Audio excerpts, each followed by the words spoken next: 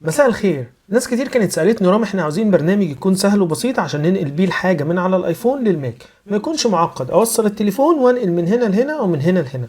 النهارده جايب لكم البرنامج ده، انا بستخدمه شخصيا، اسمه 4 easy.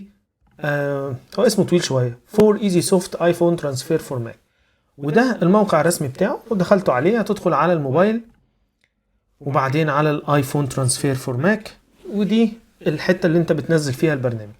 ولكن اللي متابعنا هيعرف يجيب البرنامج ده من غير ما عشان الفيديو ما يتحذفش، او ان شاء الله اطلع لايف او نشوف طريقة كده نحل بيها الموضوع ده، بس حبيت اكلمكم عليه. عموما بعد ما انا نزلته ديت الواجهة الرئيسية بتاعته. كل اللي عليك ان انت هتوصل الايفون او الايباد على جهاز الماك بتاعك بالكيبل العادي جدا، وبعدها بيديك اكسس بقى على الصور وعلى الموسيقى وعلى الفيديو وعلى الكونتاكت والمسج.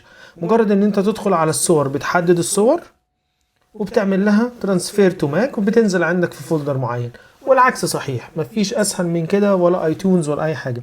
طبعا في تول بوكس هنا عشان لو عاوز تنقل من تليفون لتليفون، عاوز تنقل من تليفون لبي سي، عاوز مثلا تعمل كونتاكت باك اب، تعمل باك اب للاسماء عندك، او ريستور، او ان انت تعمل ايتونز لايبراري، او تعمل نغمة لجهاز الايفون. في حاجات كتير، او يحول لك الصور، لان انت لما تيجي تصور ساعات على الكاميرا بتاعه الايفون بتطلع بالامتداد اللي هو HEIC، فهو يعملها لك لجي بي جي عشان تقدر تستخدمها في كذا حتة تاني.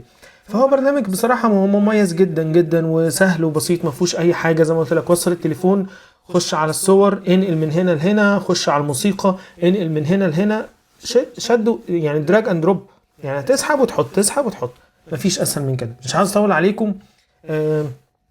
انا عارف ان في ناس كتير جدا هتسالني تقول لي رامي طب احنا عاوزين الرابط بتاع البرنامج، ودي اهم حاجه في الفيديو، انت كلمتنا وجميل، طب نجيب البرنامج ده منين؟ بص، انا هرجع اعيدها مره تاني وتالتة. انا القناه اللي انا بكلمكم عليها دي اخدت بدل السترايك 3، ولازم بقعد استنى فتره كبيره، وده عدم نزول الفيديوهات بسبب ان انا لازم استنى، لان انا مش عاوز اغامر وانزل اي فيديو يجي عليه سترايك فالقناه تتقفل. فاي حد بينزل مواضيع بالشكل ده، اليوتيوب دلوقتي بقى حساس جدا بالنسبه لها.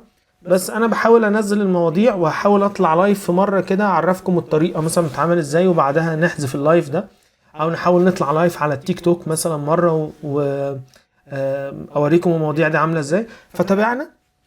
ولكن انا بفكر في حل، يعني ان انا اقول لكم عليه تقدروا تنزلوا منه البرنامج، او اسيب لكم الرابط فيه، بس بصراحه مش لاقي، لان اي حاجه هتتعمل هتكون مخالفه لقوانين اليوتيوب. ولكن خلوه في الليست، يعني ان شاء الله انا هطلع قريب عشان نحل هي سهله جدا، الطريقه سهله، ولو عرفتها خلاص. يعني هو موقع انا بنزل منه، فانت هتخش تنزل من عليه اي برنامج انت، او اي برنامج انا هشرحه بعد كده هتلاقيه عليه، وهتقدر تنزله وتعيش حياتك فيه. عامه هسيبكم دلوقتي، وان شاء الله اللي مهتم يسيب لنا تعليق عشان لو هنطلع لايف نحل الموضوع. وان شاء الله اشوفكم في الفيديو اللي جاي. مع السلامه.